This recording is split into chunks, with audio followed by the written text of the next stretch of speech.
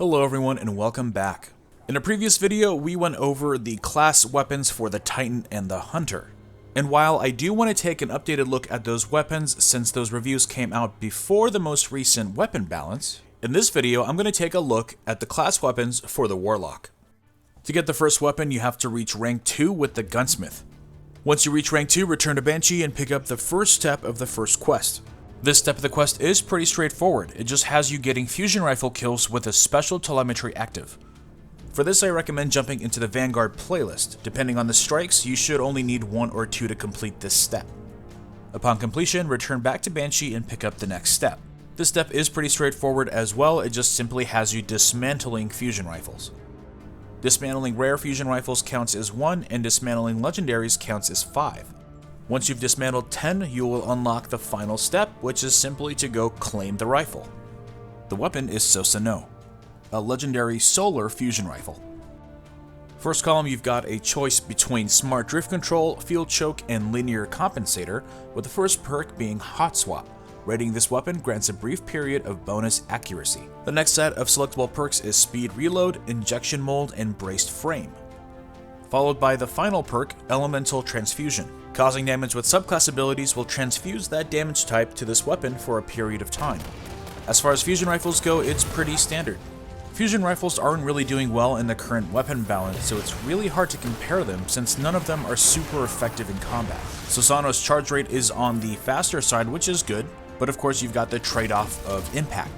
I don't play a whole lot with fusion rifles in general, so it took me a while to realize that I have to combine it with my primary weapons and some of my abilities to really take advantage of them. Which, in all honesty, is probably the way special weapons are meant to be used. Most of us treat our shotguns and sniper rifles as primary weapons, and they're really not. They're meant for those special tactical instances. And this weapon's first perk, Hot Swap, definitely lends itself to that playstyle. Then we've got the weapon's second perk, Elemental Transfusion. This perk does tend to be pretty useful. A lot of times we pick our classes based on what kind of enemies we're going to be facing. Like if there's a burn modifier or a lot of enemies with the same kind of shield like in the footage here. The only issue right now is that the weapon seems to be bugged. It never switches back to solar like the description implies it will, unless it really does mean until the end of the activity or until you die. If that's the case and it's meant to actually stay that element for the entire session, I'm not sure how useful it actually is.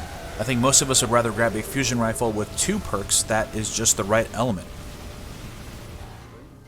But moving on to the Warlock exclusive exotic sky rifle, Tlaloc. To get this quest, you have to reach rank 3 with the Gunsmith. Once you do, return to Banshee and he'll give you the first step of the quest. And of course this quest is almost identical to the rank 2 legendary weapon quest, with the only difference in step 1 being that you need to get scout rifle kills with a primary telemetry active. Once you got enough kills, return back to Banshee to pick up the next step. And for this you simply have to dismantle scout rifles. Again, rare quality will count as 1 and legendaries will count as 5. Once you complete this, of course return back to the Gunsmith and he will just simply hand you Tlaloc. Again, Tlaloc is an exotic scout rifle exclusive to the Warlock class. The intrinsic perk is Grenadier. Kills with this weapon reduce the cooldown of your grenade. The first selectable perks is Smooth Ballistics, Accurized Ballistics, and Soft Ballistics. Your next selectable perk is Eye of the Storm. This weapon becomes more accurate as your health gets lower. In the next column you have a choice between Hand-Loaded, Armor-Piercing Rounds, and Injection Mold. And finally, the exotic perk is Overflow. This weapon has better handling, rate of fire, and stability while the wielder's super is charged. Now before we take this in the field, I do want to compare the stats to the Hung Jury SR4. This is of course the one available directly from Dead Orbit. In this comparison, I've spec'd them both for highest stability possible. As you can see at first, Tlaloc does not stand a chance against Hung Jury, and this is where my concerns begin for this weapon. As you'll see in a moment, there's a very good reason why Tlaloc is balanced this way, but I think it ultimately hurts the weapon. As far as scout rifles go, it feels like a slower Vision of Confluence, and it's noticeably clunkier than the Hung Jury. It has good high impact and a decent magazine size, but the ADS and the general handling feel a little sluggish. The weapon's got quite a kick, but luckily no horizontal movement. So if you've got a steady hand and know how to use your abilities to your advantage, you will get the job done. Now of course, if this was all the weapon was, I would say it's not worth keeping around. Eye of the Storm definitely helps, but not enough. But luckily you've got this weapon's exotic perk, so your handling, rate of fire, and stability gets boosted while you're supercharged. this thing becomes an absolute beast. It has a rate of fire that approaches the slowest auto rifles, and it becomes one of the most stable weapons in the game. I wasn't expecting much of a change, but I was pleasantly surprised to find how much more amazing this gun becomes. The time to kill in the Crucible is absolutely incredible.